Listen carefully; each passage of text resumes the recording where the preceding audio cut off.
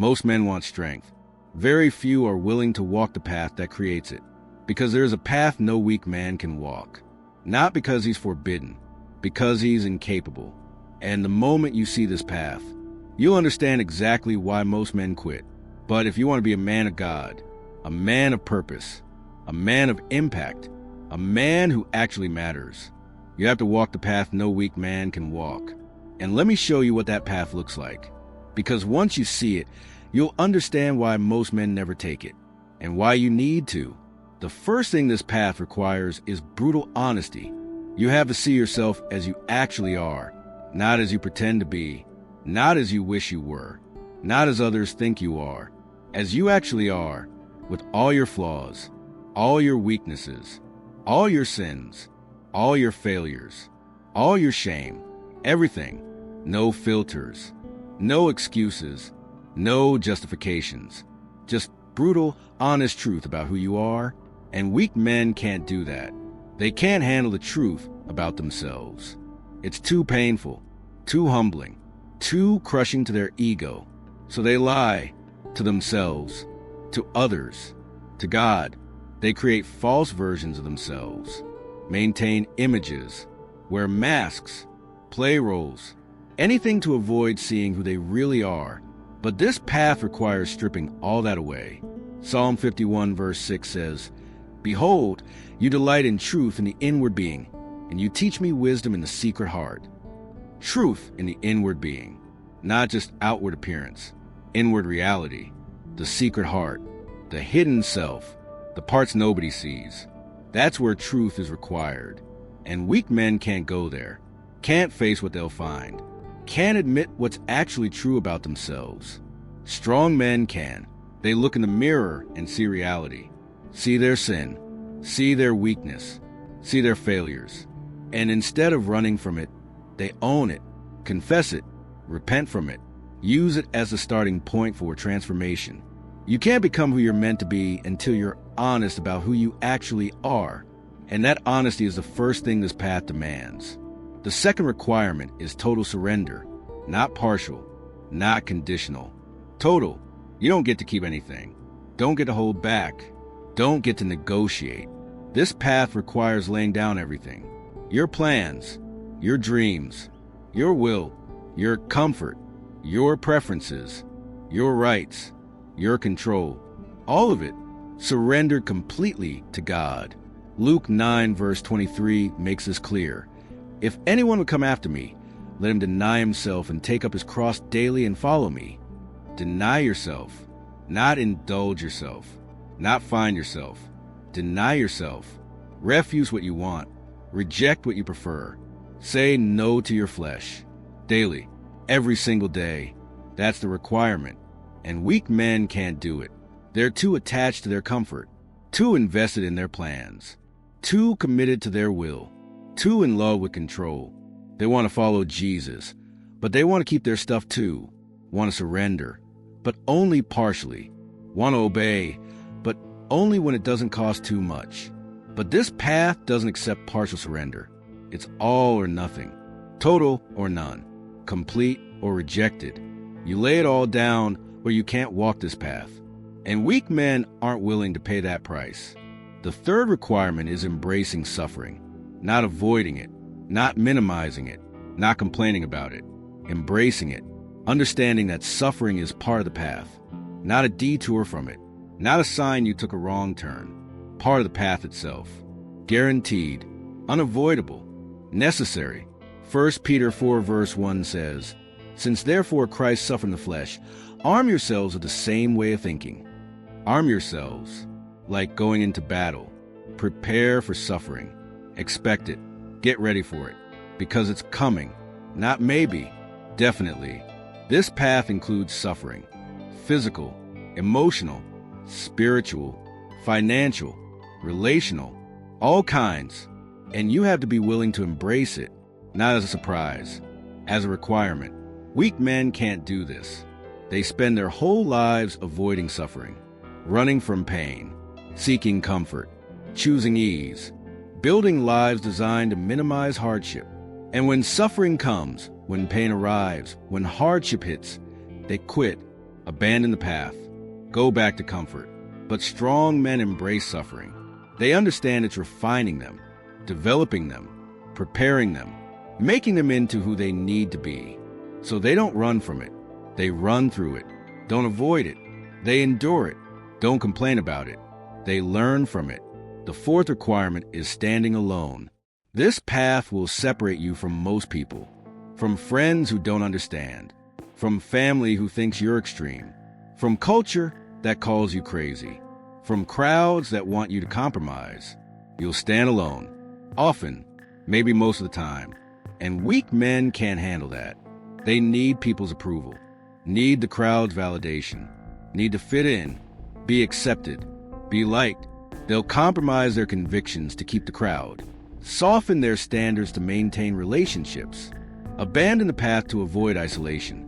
But Hebrews 11 verses 24 to 25 shows a different way. By faith, Moses, when he was grown up, refused to be called the son of Pharaoh's daughter, choosing rather to be mistreated with the people of God than to enjoy the fleeting pleasures of sin. Moses refused comfort, chose mistreatment, left the crowd, stood with God's people even though it cost him everything. That's strength. That's what this path requires. And weak men don't have it.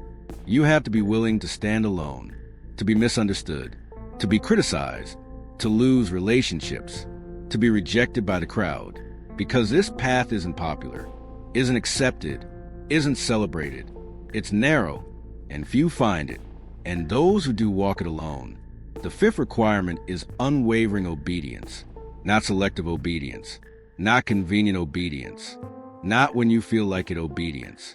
Unwavering obedience, complete obedience, immediate obedience to everything God says, whether you understand it or not, whether you agree or not, whether it makes sense or not. James 1 verse 22 commands, "But be doers of the word and not hearers only, deceiving yourselves." Doers, not just hearers, not just learners, not just believers. Doers. You hear and you do. You know and you obey. Immediately, completely, without negotiation. Weak men can't do this. They want to understand first, want it to make sense, want to feel like it, want to see how it benefits them. They negotiate with God, bargain with his commands, delay obedience until conditions are favorable. But this path requires immediate obedience. When God speaks, you move. When God commands, you obey. When God calls, you go. No questions, no delays, no conditions, just obedience. And weak men aren't strong enough to submit like that. The sixth requirement is discipline over desire. Your flesh wants things, craves things, demands things. And this path requires saying no to all of it, controlling your appetites instead of being controlled by them, mastering your impulses instead of being mastered by them, disciplining your body instead of indulging it. 1 Corinthians 9 verse 27 describes this. "By discipline my body and keep it under control, lest after preaching to others I myself should be disqualified." Discipline your body. Keep it under control.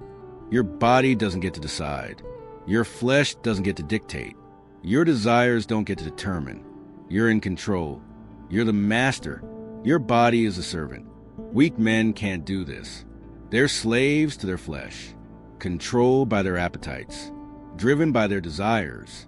They eat when they're hungry, sleep when they're tired, quit when they're uncomfortable. Their body controls them. And men controlled by their bodies can't walk this path. This path requires fasting when your body wants food, working when your body wants rest, pushing when your body wants to quit, training when your body wants comfort, denying what your flesh craves to develop what your spirit needs. The seventh requirement is carrying others' burdens. This path isn't just about you. It's about becoming a man others can lean on, depend on, come to for help, for strength, for support. You become the one who carries weight, bears burdens, holds up the weak. Galatians 6 verse 2 says, "Bear one another's burdens, and so fulfill the law of Christ." Bear one another's burdens, not just your own, others. When they're weak, you're strong for them. When they're falling, you hold them up. When they can't carry their load, you carry it with them. You become the strong one others depend on. And weak men can't do this. They can barely carry their own burdens, can't handle their own problems, can't manage their own struggles. They don't have surplus strength to help others. They need help themselves. But this path requires becoming a helper, the burden bearer, the strong one, the one with capacity to carry more, to hold more, to bear more, because strong men don't just handle their own weight, they carry others too. The 8th requirement is long-term thinking. This path doesn't produce immediate results, doesn't offer instant gratification, doesn't provide quick rewards. It's a long game, decades, potentially your entire life. Sowing seeds you might never see harvested, building foundations others will build on, making sacrifices whose benefits you might never experience. Proverbs 13 verse 22 says, "A good man leave an inheritance to his children's children." Children's children, not just yourself, not even just your children, your grandchildren. That's long-term thinking. That's legacy thinking. That's thinking beyond your lifetime. Weak men can't think that far. They think about right now, today, this week, this month, what feels good now, what benefits them immediately, what pays off quickly. They're short-term thinkers, living for the moment, making decisions based on immediate gratification. But this path requires seeing beyond yourself, beyond your lifetime, beyond immediate results. You make decisions that might not benefit you, but will benefit the next generation. You make sacrifices you won't see the fruit of. You plant trees whose shade you'll never sit under. The 9th requirement is fighting when everyone else quits. This path gets harder, not easier. The longer you walk it, the more intense it becomes, more challenging, more demanding, more costly. And most men quit when it gets too hard, when the cost gets too high, when the difficulty gets too intense. But this path requires fighting through when everyone else gives up, pushing on when everyone else turns back, finishing when everyone else quits, being the last man standing, the one who endures to the end. 2 Timothy 4 verse 7 describes this. "I have fought the good fight. I have finished the race. I have kept the faith." Fought the good fight. Past tense. Completed. Finished. Not started and quit. Started and finished. That's the requirement. And weak men can't do it. They're quitters. They start strong, but they don't finish. They give up when it gets too hard. Abandon when it costs too much. Turn back when the path gets too steep. Strong men finish. They fight to the end. They don't quit. Don't give up. Don't turn back. They keep walking the path, even when they're the only one left on it. Even when everyone else has quit.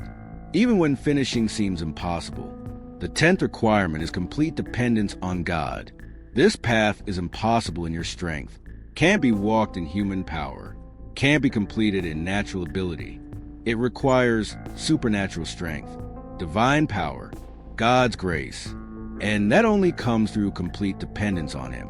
John 15 verse 5 says, "Apart from me, you can do nothing." Apart from Him, nothing, not some things. Nothing. Zero. You're completely dependent, totally reliant, absolutely in need of Him. And this path forces you to realize that, proves that, demonstrates that. Weak men can't handle that level of dependence. They want to feel capable, self-sufficient, in control. They want to do it themselves, prove their strength, demonstrate their ability. They can't accept being completely dependent, totally reliant, absolutely weak without God. But this path strips away all self-reliance, destroys all self-sufficiency, proves you can't do this alone, forces you to depend completely on God. And in that dependence, you discover His strength, His power, His sufficiency, but only when you admit your complete insufficiency. So here's the reality. This path requires brutal honesty, total surrender, embraced suffering, standing alone, unwavering obedience, discipline over desire, carrying others' burdens, long-term thinking, fighting when others quit, complete dependence on God. And no weak man can walk it. They don't have what it takes, don't possess the strength, don't have the character, don't have the discipline, don't have the courage, don't have the endurance, don't have the faith. But here's the question. Are you a weak man, or are you becoming a strong one? Because strong men aren't born. They're made, forged, developed, through walking paths weak men can't walk, through doing things weak men won't do, through enduring what weak men can't endure.